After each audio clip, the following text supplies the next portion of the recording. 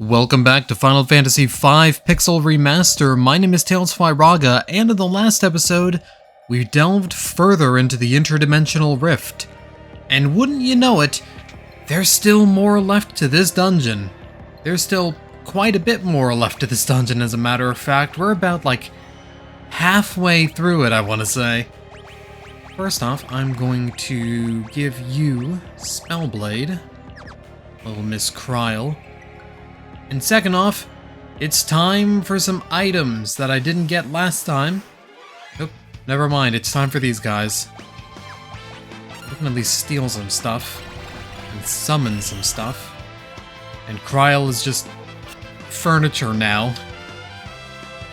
She's stopped in place. Mega Flare, hopefully do some damage, although I think these guys are weak to water, actually, so I probably should have just used, Leviathan, yeah. Oh well. It don't matter. We'll get our opportunity next turn. There we go. Leviathan, show them your power!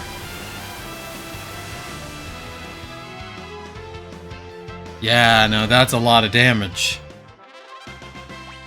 Bahamut's nice, but never ignore how much damage something super effective can do. In this chest is the Thor's Hammer, because, I guess people can't pronounce Mjolnir, which, to be fair, I'm probably mispronouncing it too. So I'm just gonna call it by its actual proper pronunciation, Mjolnir. Thor's Hammer is great if you are running a Berserker. If you aren't running a Berserker, it's good if you have somebody that can equip hammers, so like a freelancer, but that would require the freelancer to have learned Berserker stuff, so basically the Berserker is always involved. He's always there, you know, just supportive, being very supportive of his friends, as the Berserker does. That's actually basically what the Berserker does in Final Fantasy XIV anyway. Where, like, yeah, a warrior, you know, big, uncontrollable, badass, axe-using class. Also basically a third healer. I like to play warrior as basically being third healer. Just like, yeah, you know, you tanking, that's great. I'm gonna keep you alive. I'm gonna use my powers. Mega Flare. Yeah, I just want to see it some more. It's a cool animation. Kryl mastered First Strike. Very nice. Alright, now where we actually need to go is this staircase over to the right here, and through a tiny room, through another tiny room, and into another tiny room, which finally leads us outside. And I am going to want to make sure everyone's healed up. I'm probably going to use some ethers on Ferris too, just because we do have another boss fight coming up here in a bit. In fact, it's right through the door. But there's something more important on the other side of the door. On the other end. If any of these could hit, that would be lovely. Oh, now they're definitely not gonna hit. Alright, alright. You've got your cool, like, image technique and stuff. Well, you know what? I've got something cool of my own. It's called Sildra. It's called a thunderstorm. You're gonna be thunderstruck. Boom. Yeah, I probably should be using that more than I should be using Leviathan and Bahamut, huh? Air Knife is really good. Air Knife is very good. If we can cross over to the other side. Oop. Another set of these guys. Well, we know they're weak to water. So I can hit them with that. Then just use Sildra to finish them off. Yeah, that's a pretty decent amount of damage for scrolls. The scrolls may have a little bit of damage fall off now, but dealing 2,000 with them is very, very nice. Like I said, them elemental weaknesses really coming in handy. Right. Let's grab you, which means we go to a tiny room, which means we go to another tiny room, which means we go to another tiny room, which means we go get the Man-Eater. The Man-Eater is a knife that is exclusive to Dancer.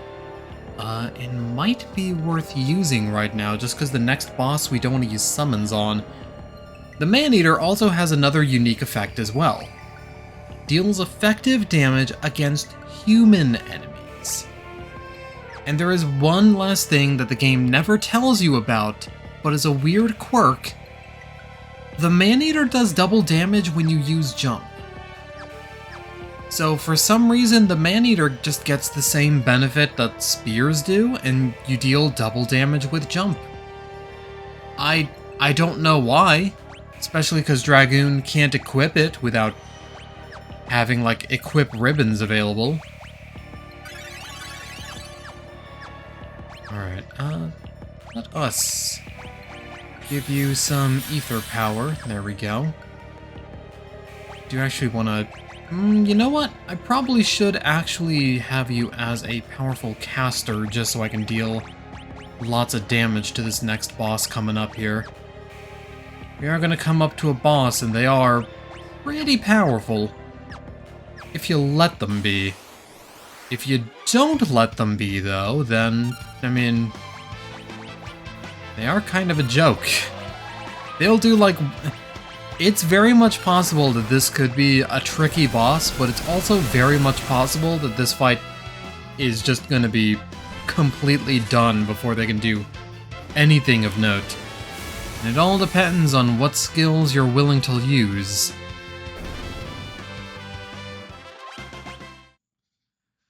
There we go, I was thinking it was going to be a short episode, but 8 minutes in, we're finally getting to a boss fight here. After doing a lot of cleanup. Alright.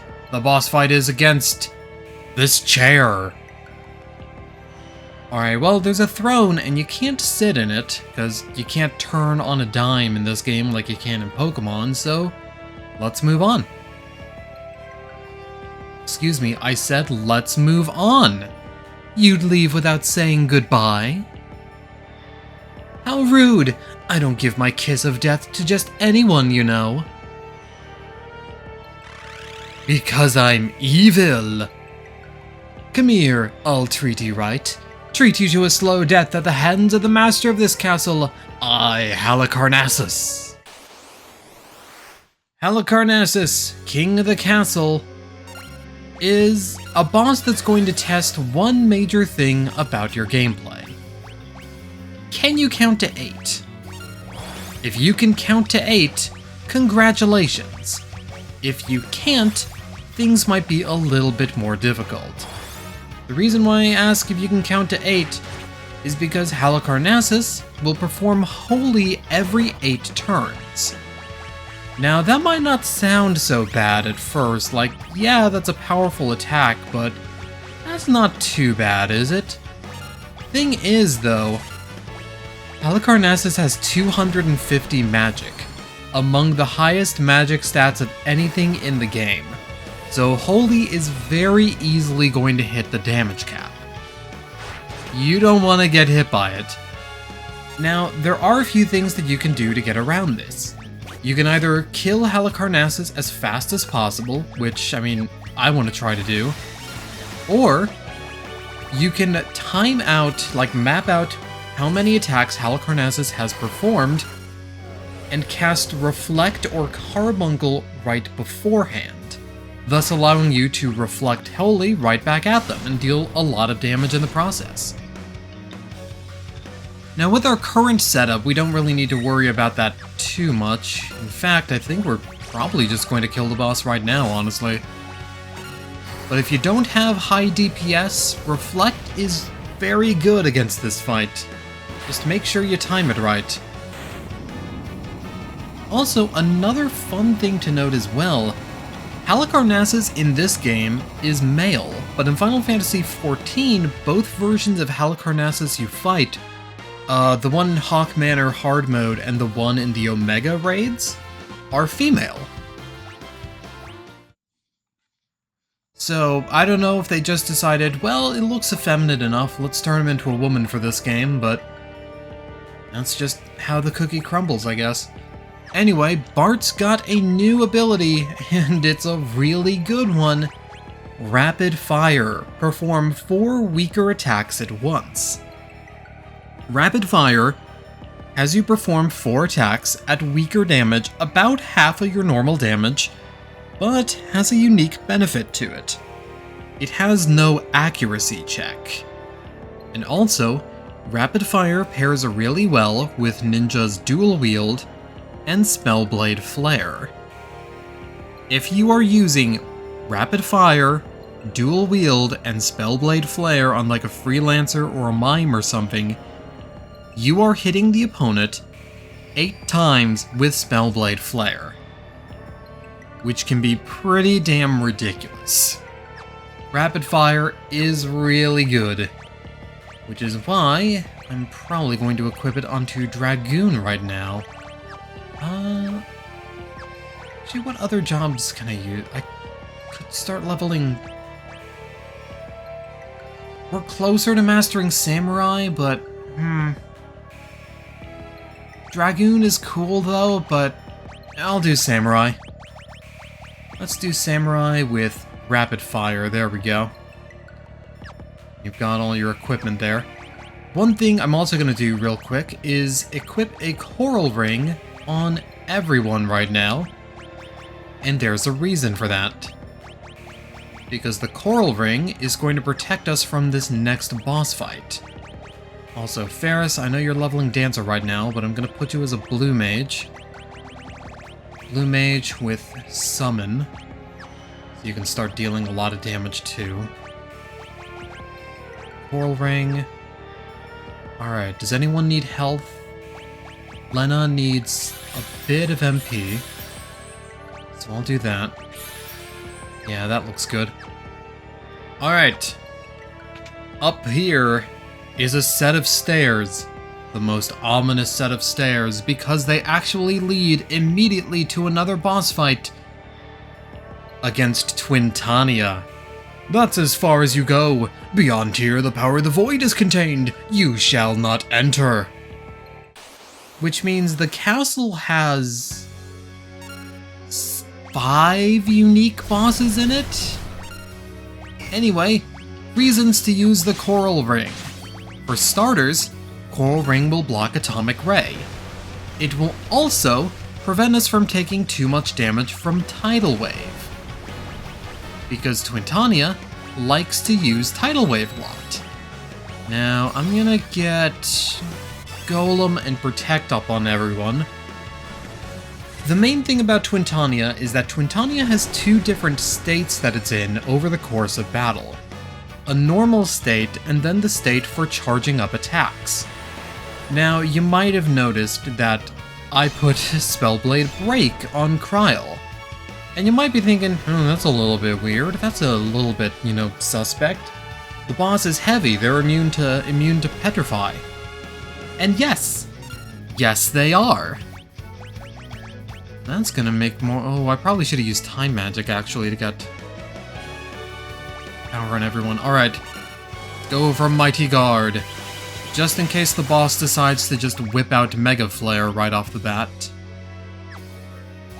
And oop, there's Mind Blast.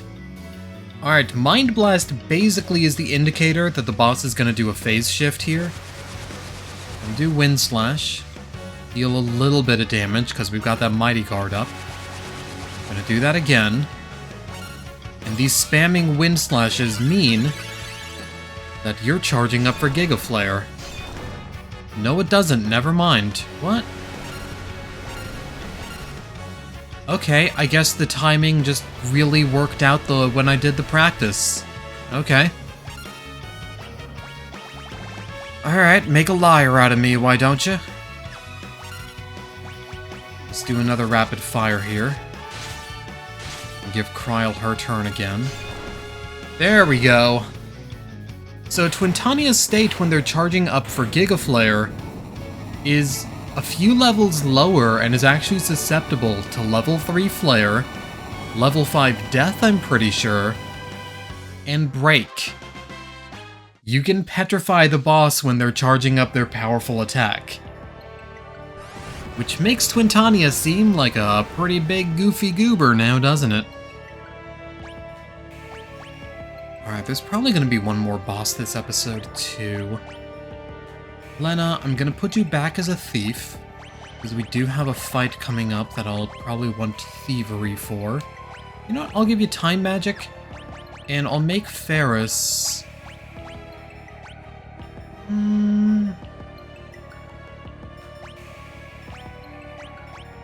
Yeah, I'll keep Ferris as a blue mage, but equip her with white magic. Power of white magic. Oh, I probably should put Bart's up in the front too. Like, he was doing lots of damage even without, you know, being in the front, but putting him in the front's probably a good idea. Enter the warp gate, the star gate, or it's more like the far gate, not to be confused with the movie or the syndicated TV show based on the movie. But the movie was pretty cool. Alright, Crystal Dragon time! These guys are a little bit annoying.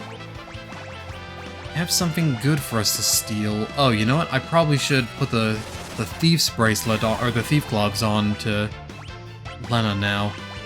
Mind is being drained. Flare is being equipped. Crystal Dragons actually do have a very good thing to steal sometimes, the Dragon Lance, which does increased damage to dragons, obviously. And wouldn't you know it, one of the bosses in this area is a dragon. And I think a lot of people know what dragon it is in specific.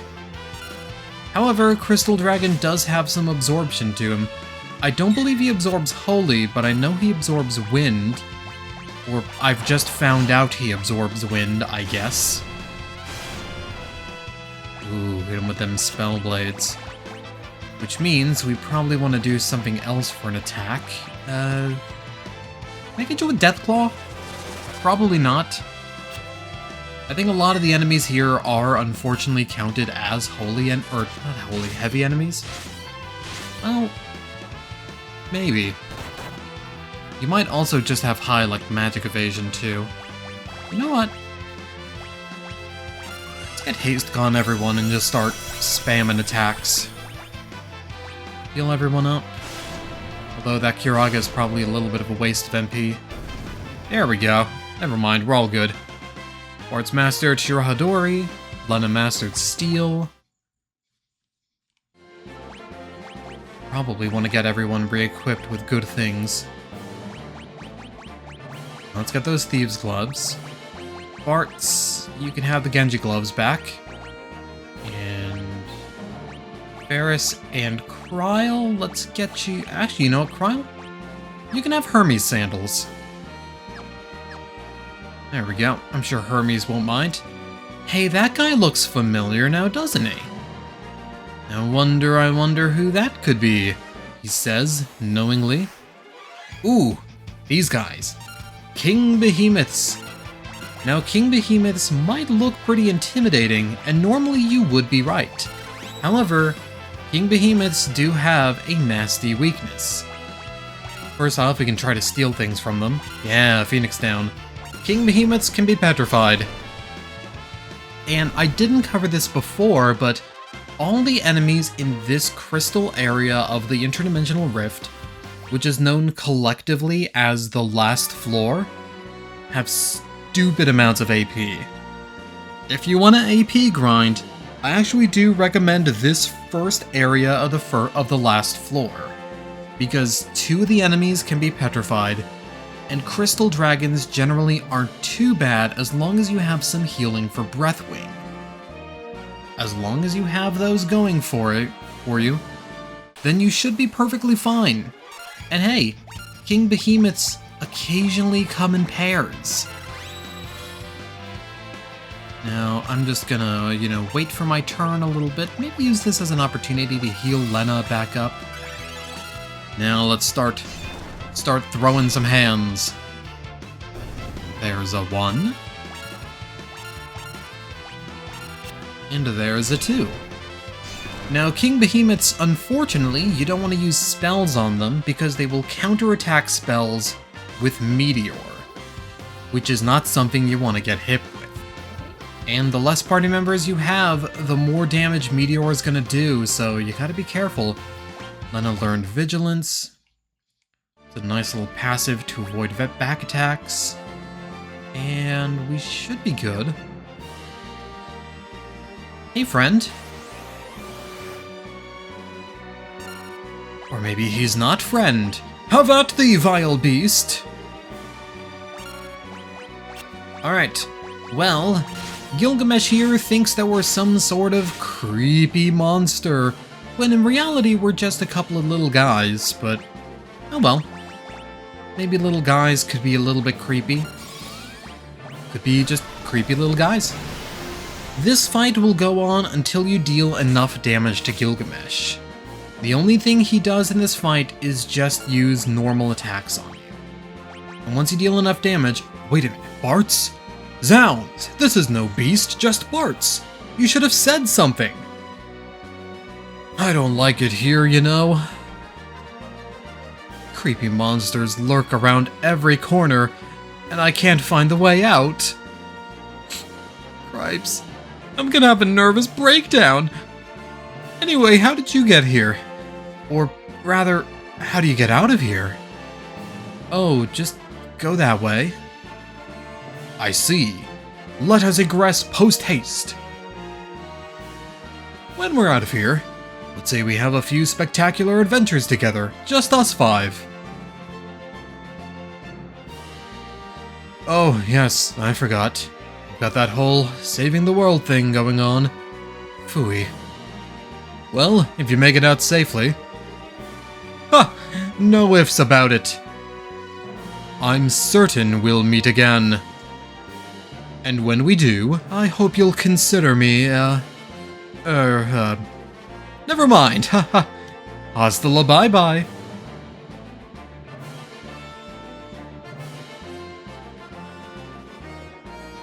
And Gilgamesh works his way out. Now I'm kind of in an awkward spot right now. I don't know if I want to keep going, but I also kind of want to keep going, but it's also going to be a while to the next save point, so... You know what I'm going to do? I'm going to use the power of editing and meet you guys back here after I've saved.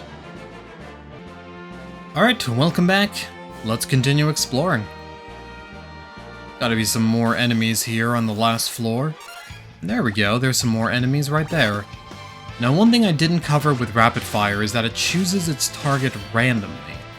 So it's very similar to Meteor in that regard. In fact, it basically means that we've got a melee version of Meteor that doesn't cost any MP, and deals more consistent damage, but obviously doesn't have the highest of highs and the lowest of lows, or those creamy middles. Or it's just entirely creamy middles, actually. Eroga, just deal a little bit of damage to you. Oh, I was hoping the Assassin's Dagger would have hit. Only problem is we've got Rapid Fire on Bartz, who's a little bit slow since he's a samurai. But on the other hand, he does slam and jam. He is the slam and jamurai. Alright, Cryo learned Throw, which means, yeah. So next level up, provided we get it, is gonna give her Dual Wield. Which is very good indeed. More enemy. Oh, these guys! Hey! Use Zeninage on them. And they don't die. What? I thought that would have killed all of them, but I guess not. Okay, you guys are a little bit tankier than I thought you were. Roga. Use Meteor on all of you too. Movers are a really weird enemy. They'll cast Delta attack on you, which can kill a party member, and they've got a lot of health in this game. This is their first appearance. But on the other hand, if you can kill them, they're worth an incredible amount of AP.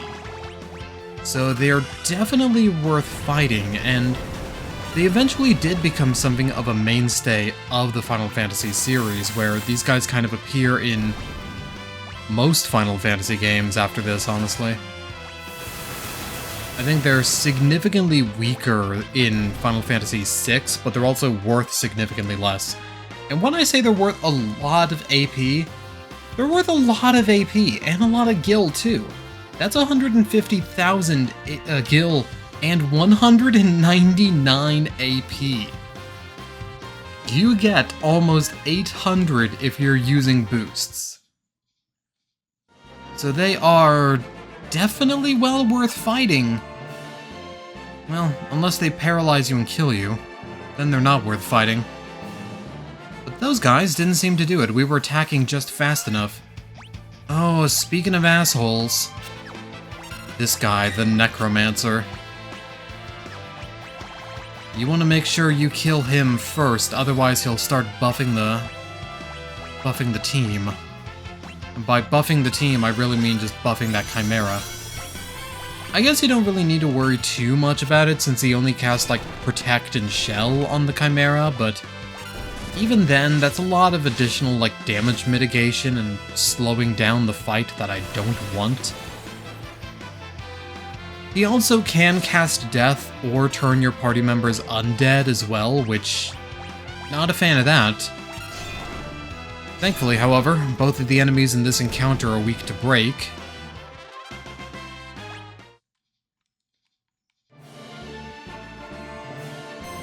And we move on to the next room. Now, this floor in particular, see that treasure chest? We don't want to open it just yet. There's a reason for that, because that treasure chest's gonna kick our ass. Well, I guess I could technically show the fight off, since quick saves are an option.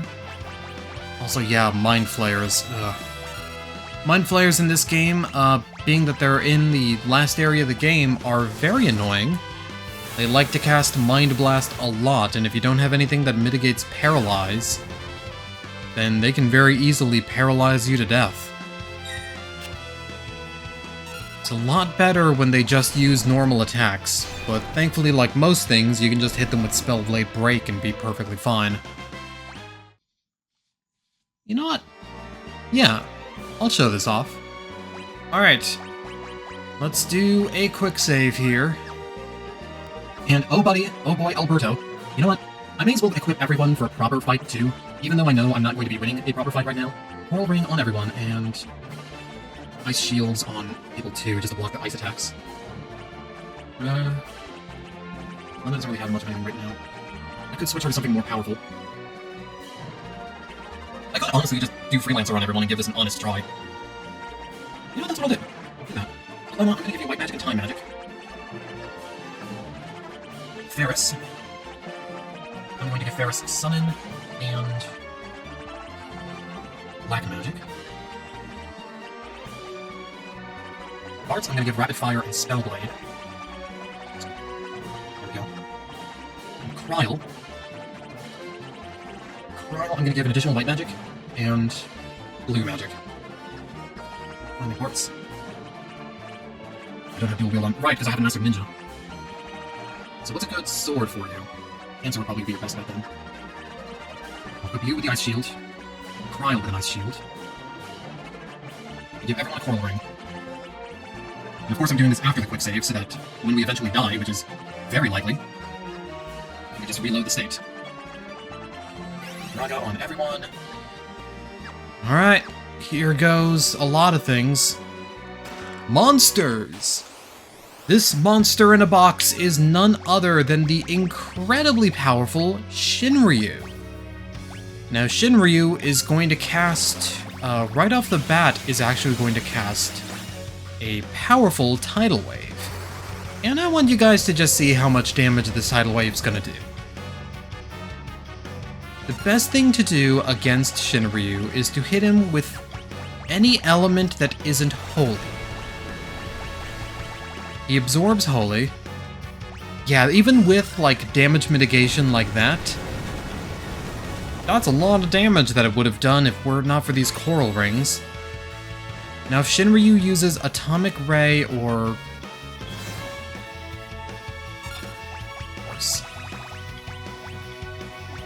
I was gonna say, if Shinryu used Atomic Ray... Yeah, if Shinryu used an Atomic Ray, we're not gonna take any damage.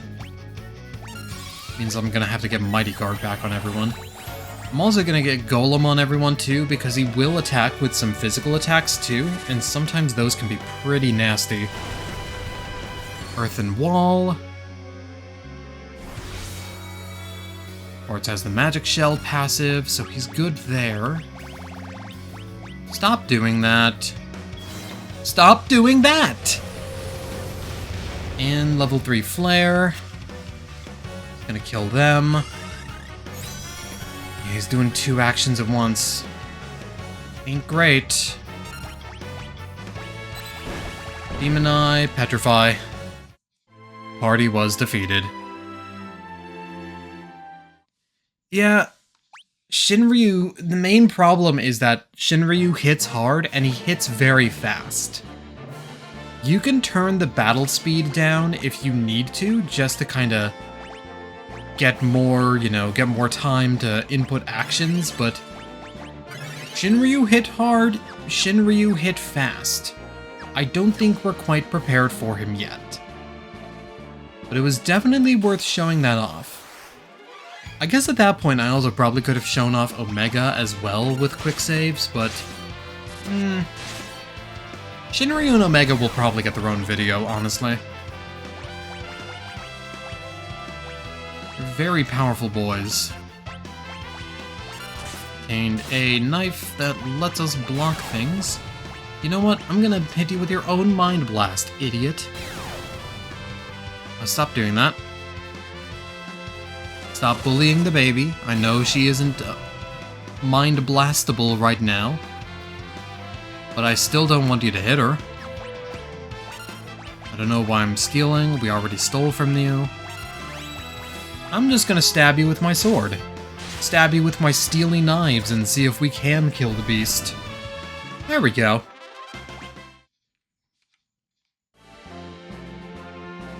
Alright, this treasure chest, however, thankfully doesn't have anything in it other than a Fuma Shuriken. Which is a good thing to have. Because it's actually going to make this next boss fight quite easy if we can pull it off. We are going to be getting to one last boss fight in the last floor before, like, I end the video, I guess. But this last boss fight can be a doozy.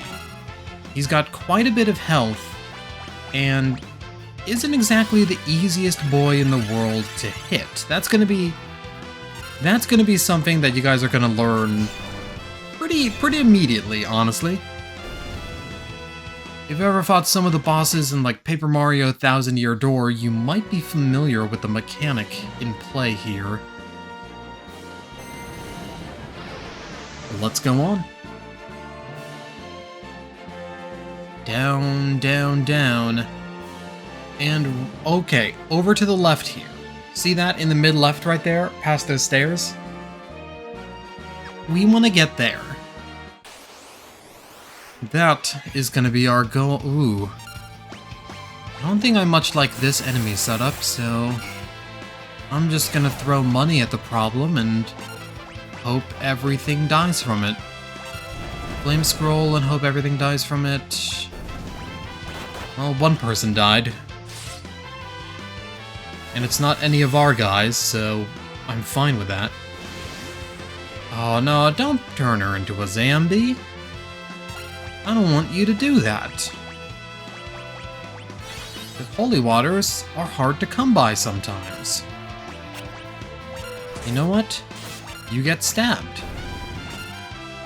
And you also get stabbed, because you don't have very much health.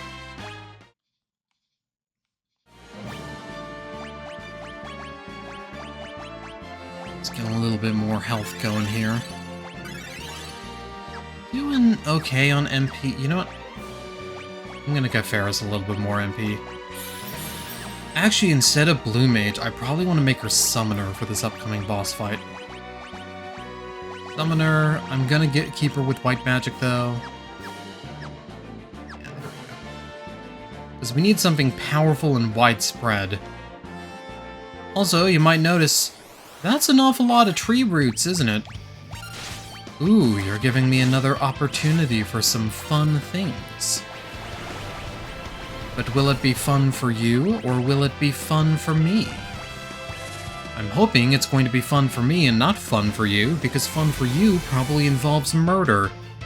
And fun for me involves murder, but with the opposite end. Haste Ga, get that on everyone. Okay, weird pauses there, which means they're probably planning something. They're probably planning something dubious. Another cast of Sildra. That deal a lot of damage. Kill you. I think these things might be weak to an element, though. I'm not entirely sure.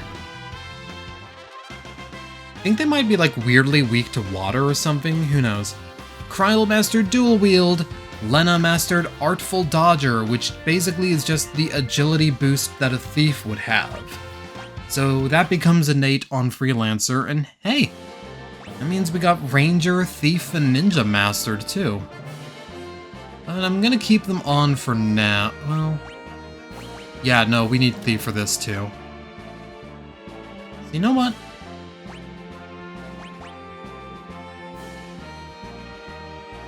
Ooh, it's so tempting to do, you know what? It's so tempting to do Mystic Knight Spellblade shenanigans.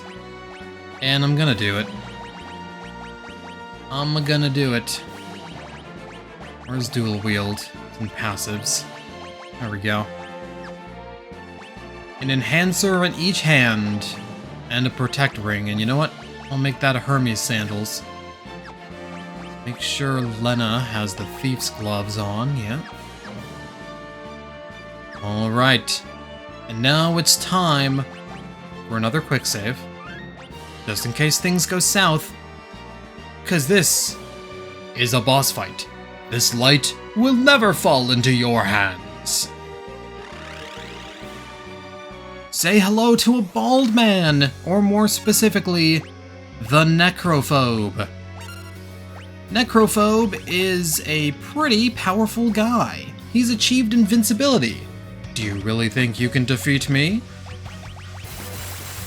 Well, he hasn't achieved complete invincibility, because you can actually target his barriers to deal damage to him.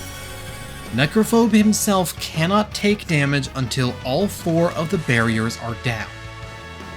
But once all 4 of the barriers are down, Necrophobe then just kind of attacks with a bunch of normal melee strikes. Now, there is one major thing that these guys will do, though, and that is they'll bounce spells off of themselves to deal a lot of damage. So you definitely want to be careful about that. We might kill 2 birds with 1 stone. Well, I was hoping. I had hope. There's a Bounds of Holy.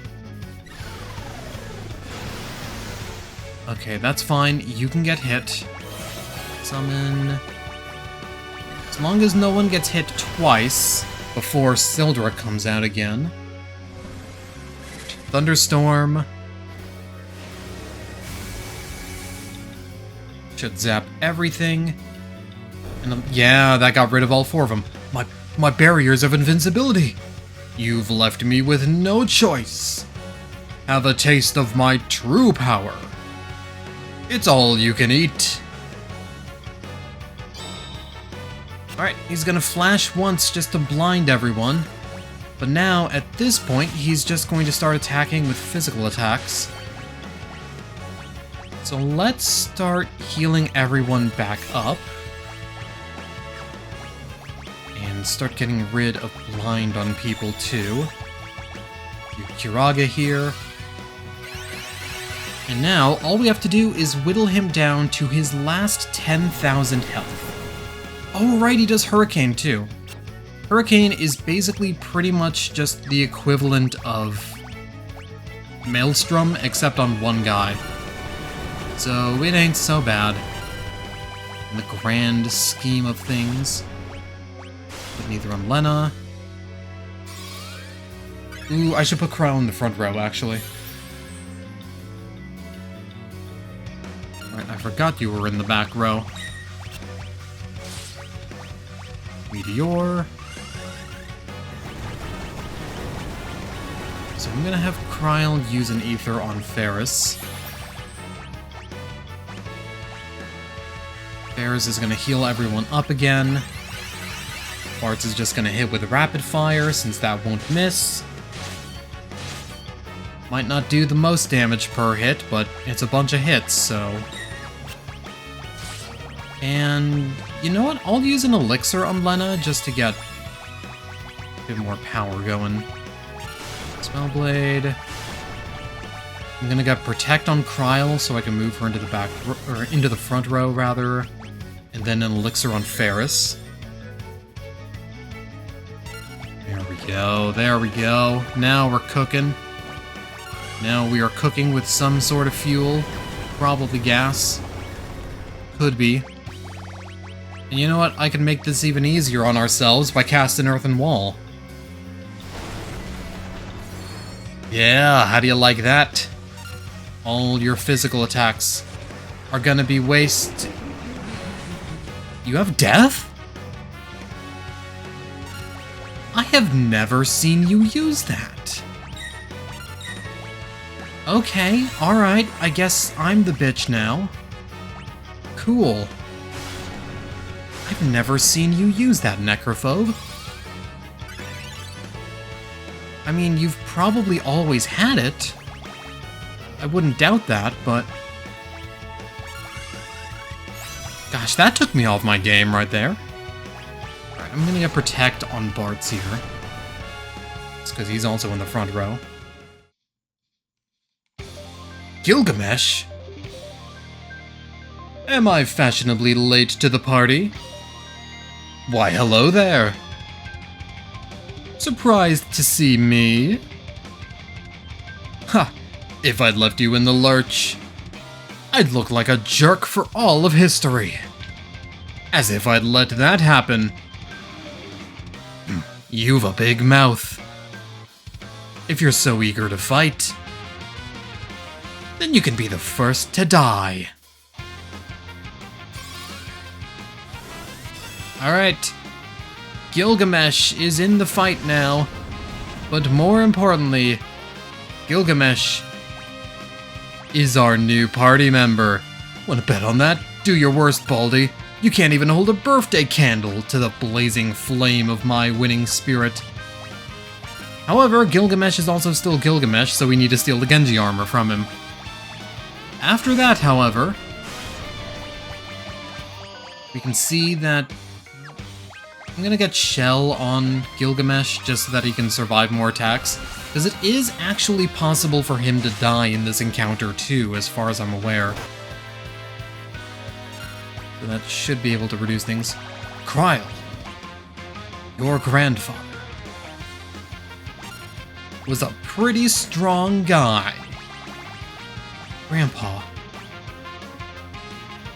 And you, Ferris. Try falling in love or something. You might learn a thing or two about yourself. I think in many of the earlier translations he says something like, try acting more like a woman if you still know how. I'm just like, probably a good idea that they change that. Smack you with Holy. Comet did basically nothing to Necrophobe, which stinks. Alright, I think at this point it's just a matter of, like... Lena! It's just a matter of Lena. You're always so caring toward animals. Never lose that pure heart of yours. And Bartz. I wanted to fight you one more time. Mano a mano, of course. Yoshitaka mano? You have admirable companions. I envy you. Alright, Gilgamesh heals himself up again. I feel like I've done way more than 9,999 damage at this point, so it might just be like... This might actually just be a glorified cutscene. You might actually not be able to kill Necrophobe. Oh well, we can try to steal from him at least. Yeah, there we go, stole elixir. That's nice. I am still going to smack damage on him though, just because. More holy. It just feels good to hit this guy. Enough of this. Die!